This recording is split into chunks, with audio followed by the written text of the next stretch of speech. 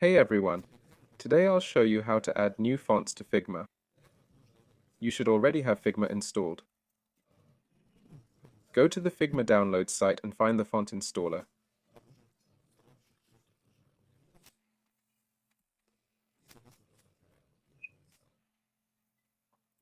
Click on it for Windows and open it.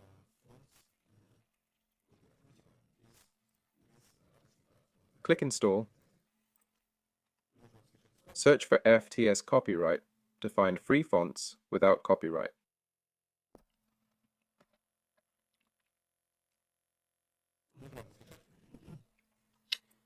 Choose any of these and click Download.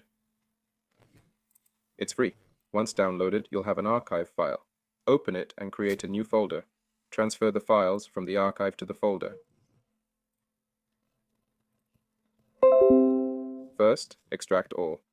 Select the folder you need and open the file.